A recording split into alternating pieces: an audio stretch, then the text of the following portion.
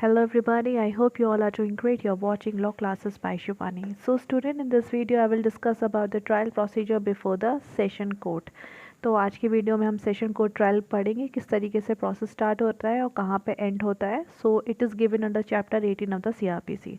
सबसे पहले मैं प्रीलिम्स पर्सपेक्टिव से आपको बताऊंगी किस तरीके से तैयार करना है. उसके बाद मेंस पर्सपेक्टिव से thereafter we will study about this trial procedure. So student, what you need to understand कि स्कीम तैयार कर लीजिए. मतलब कौन सा ट्रायल प्रोसीजर कहाँ से स्टार्ट होता है, कहाँ पे एंड होता है. For the prelims factual basis पे आपको करना पड़ेगा इस तरीके से. दूसरी बात अगर मैं करूँ मेंस पर्सपेक्टिव से, तो आपको ये देखना पड़ेगा जिस भी जुडिशरी स्टेट का आप पेपर दे रहे हैं कि वहाँ पे कौन सा ट्रायल प्रोसीजर सबसे ज़्यादा जो है फ्रीक्वेंटली पूछा जाता है. तो सबसे पहले तो आप वो क्वेश्चन तैयार करें. Thereafter you have to prepare the other trial procedure too. You cannot skip them. ठीक है, ध्यान रखना, स्किप नहीं कर सकते हैं, प्रिपेयर उन्हें भी करना है. बिकॉज ऐसा नहीं है ना जो फ्रीक्वेंटली पूछा जा रहा है तो जब आप अपेयर हो रहे हैं तब भी वही क्वेश्चन आ गया. So don't do this mistake. So अगर आप अदर ट्रायल प्रोसीजर भी इस तरीके से तैयार करेंगे, so in that way you will be done with a comprehensive study of your trials. तो इस तरीके का अप्रोच रखिएगा, काफ़ी हेल्पफुल रहता है. तो अब हम जो है इस वीडियो में स्टार्ट करते हैं trial procedure before the session court 225 से लेके 237. So let's begin with the video. सबसे पहले हम यहाँ पे एक क्वेश्चन लेंगे और इसका जवाब आपको वीडियो के एंड में मिलेगा. सो द क्वेश्चन इज़, अगर कोई केस आपको इंस्टीट्यूट हुआ है चाहे कंप्लेंट पे और on the police report and that case is session triable, तो क्या उनके ट्रायल प्रोसीजर में कोई डिफरेंस होगा? So for this answer you have to watch the video till the end. अब हम यहाँ से डिस्कस करेंगे from the bare act the trial procedure before the session court.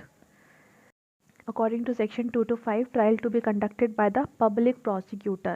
Opening of the case for the prosecution, उसके बाद discharge thereafter framing of the charge. तो यहाँ पे आपको ये ध्यान रखना है कि जब कभी भी सेशन कोर्ट के सामने ट्रायल स्टार्ट होता है, opening of the case is from the prosecution side, यानी कि it has to be conducted by the public prosecutor.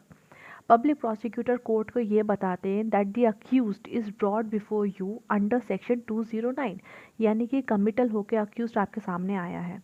Court उसके बाद चेक करेंगे कि 209 का कॉम्प्लायंस हुआ है या फिर नहीं हुआ है. अब इस स्टेज पे प्रोसिक्यूशन विल स्टेट कि by what evidence he will prove the guilt of the accused.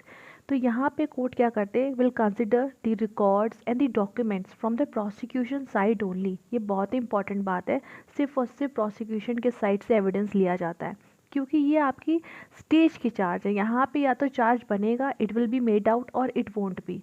ठीक है, या तो अक्यूज को डिस्चार्ज कर दिया जाएगा या फिर उसके अगेंस्ट चार्ज फ्रेमिंग होगी. तो सिर्फ और सिर्फ एविडेंस लिया from the prosecution side only. So at this stage क्या होता है कि एविडेंस अक्यूज के साइड से नहीं लिया जाता है, although the arguments from the accused side is been heard. ठीक है, तो अब क्या हुआ कि प्रोसिक्यूशन अपने गवाह लेकर आया तो दो चीज़ें हुई. एविडेंस का वेटेज इतना है कि कोर्ट को ये लगता है that it is sufficient to proceed under 228, यानी कि इसके अगेंस्ट जो है चार्ज फ्रेम किया जा सकता है. और अगर एविडेंस में इतना वेटेज ही नहीं है, thereafter the accused will be discharge by the court. और यही आपका 227 में डिस्चार्ज है. ठीक है, अब 228 बात करते हैं फ्रेमिंग ऑफ द चार्ज, यानी कि court is of opinion that the accused has committed an offence. अब क्या होगा यहाँ पे, अब यहाँ पे दो चीज़ें होंगी. प्राइमा फेसाई कोर्ट को एविडेंसेस देख के ये लगा that accused has committed an offence.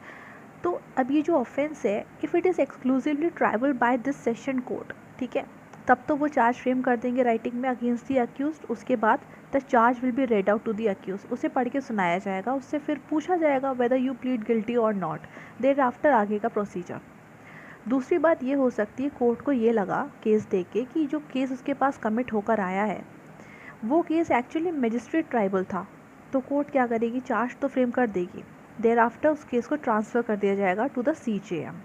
अब CJM और the subordinate court they will try the offence according to the warrant case which is instituted on a police report. तो वो वाला प्रोसीजर वो वहाँ पे फॉलो करेंगे. ठीक है, अब कहानी यहाँ से आगे ये बढ़ेगी कि चार्ज फ्रेम हो गया, अक्यूज से ये पूछा गया वेदर यू प्लीड गिल्टी और not.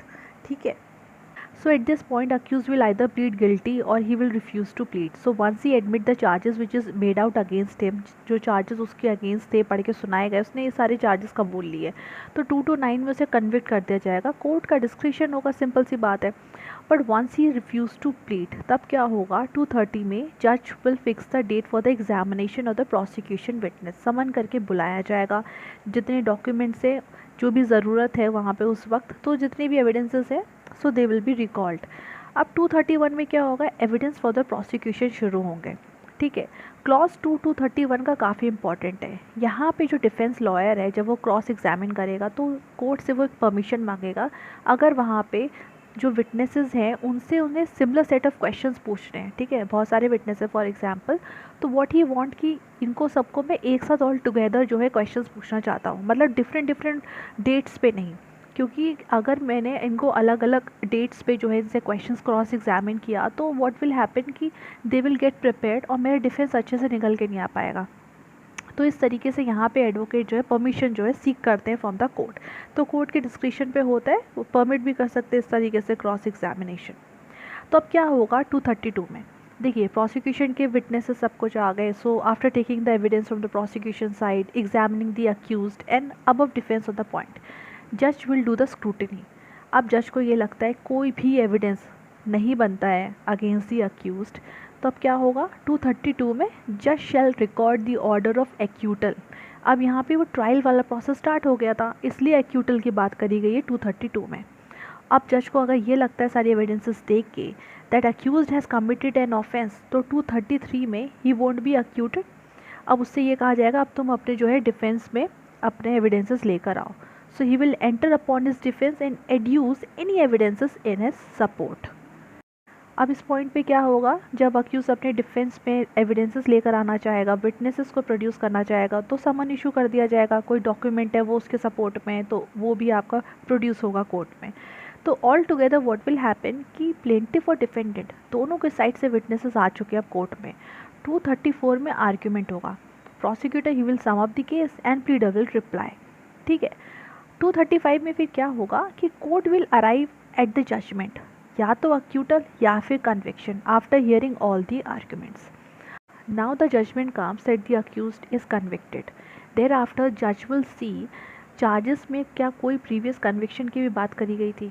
If he was alleged with the previous conviction in the charge और उसने डिनाई कर दिया है, तो जो भी एविडेंसेस है उसके अगेंस्ट में that he was previously convicted, वो वहाँ पे मंगवाए जाएंगे under section 211 sub clause 7, because that add on to the enhance punishment. ठीक है, तो वो आप लोग पढ़ लेना. कंटेंट्स ऑफ चार्ज है आपका section 211. Thereafter previous conviction हो गया आपका ये 236. क्वांटम ऑफ पनिशमेंट इसके बाद पास करी जाएगी. The accused will be heard on the question of sentence उसके अगेंस्ट यहाँ पे पास हो गई. अब ये काफ़ी ज़्यादा क्रूशल पॉइंट होता है, बिकॉज हाल ही फ़िलहाल में हमने ये देखा था ADJ from MP, she was dismissed because murder का केस था, 5 साल की सज़ा उन्होंने यहाँ पे सुनवा दी थी. तो that was very erroneous kind of a judgment and not expected at that stage. Right, क्या ऑफेंस है, किस तरीके से आपको क्वांटम ऑफ पनिशमेंट देना चाहिए. So this whole process of the sentencing काफ़ी ज़्यादा इंपॉर्टेंट होती है.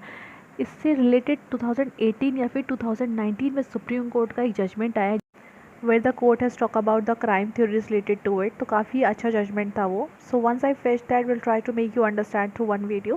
तो फिलहाल यहाँ पे क्या हुआ कि आपका कन्विक्शन हो गया, अगर अक्यूटल होना था तो वो भी फाइनल जजमेंट आपका 235 में आ चुका है. सो here we are done with the trial procedure before the session court. 237 का आपका एक अलग ट्रायल प्रोसीजर की बात करता है, जो कि डेफर्मेशन के केस की अंडर सेक्शन 199 सब क्लॉज 2. तो जो बेसिक आपका ट्रायल प्रोसीजर है वो यहाँ पे ख़त्म हो जाता है 236 पे. If you really find this video helpful to you, very informative, so please do hit the like button, share and subscribe to my channel Burch's Law Classes by Shivani. जल्दी मिलेंगे नेक्स्ट वीडियो के साथ. Till then, take care. Bye bye everyone.